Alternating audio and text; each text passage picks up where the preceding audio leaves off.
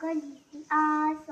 आषाढाला की महाराष्ट्राच्या कानाकोपऱ्यातून एकच आवाज ऐकू येतो, ज्ञानोबा तुकाराम. टाळ मृदुंगांचा गजर, भगव्या पताका, मुखी हरिनाम आणि डोळ्यात सावळ्या विठ्ठलाच्या भेटीच्या. दिंड्यांची शिस्त, वारकऱ्यांचा उत्साह आणि प्रत्येकाच्या चेहऱ्यावरचं निरागस समाधान पाहिलं की मन नकळत नतमस्तक होतं. हजारो किलोमीटर चालून की कुणाच्या चेहऱ्यावर थकवा नसते, कारण त्यांच्या पावलांना भक्तीची ताकद असते. वारी म्हणजे फक्त पंढरपूरकडे निघालेली पावलं नव्हे, तर वारी म्हणजे अनोळखी माणसालाही माऊली म्हणून हाक मारणारं प्रेम.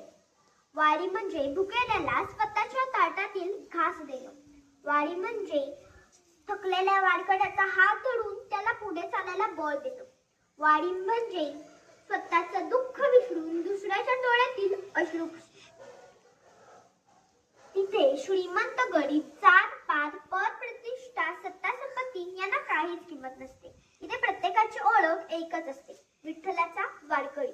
संत तुकाराम महाराज म्हणतात, जे काल रंजले गाजले त्यांची म्हणीचो आपुले, तोशी साधू ओळखावा देव तेथीची जाणावा.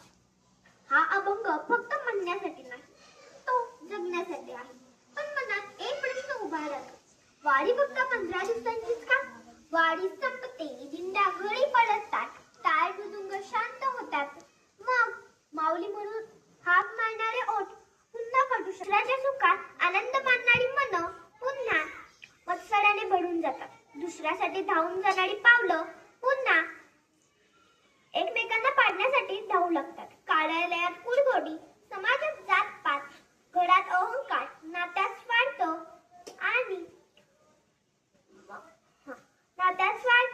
आणि मग मनातून माणुसकीचे तपास. मग प्रश्न पडतो, विठ्ठल फक्त पंढरपुरात आहे का? नाही, तो प्रत्येक भुकेल्या माणसात आहे, प्रत्येक गरजूच्या डोळ्यात आहे, प्रत्येक वृद्ध आई वडिलांच्या प्रेमात आहे, प्रत्येक शेतकऱ्याच्या घामात आहे. जर वारीमध्ये प्रत्येकामध्ये विठ्ठल दिसतो, तर उरलेल्या वर्षामध्ये तो दिसेनासा का होतो? संत ज्ञानेश्वरांनी विश्वालाच आपलं कुटुंब मानलं. संत तुकारामांनी दया, क्षमा, प्रेम शिकवलं. संत नामदेवांनी भक्तीलाच माणुसकीची जोड दिली. त्यांच्या शिकवणीचा आपण काय करतो? फक्त अभंग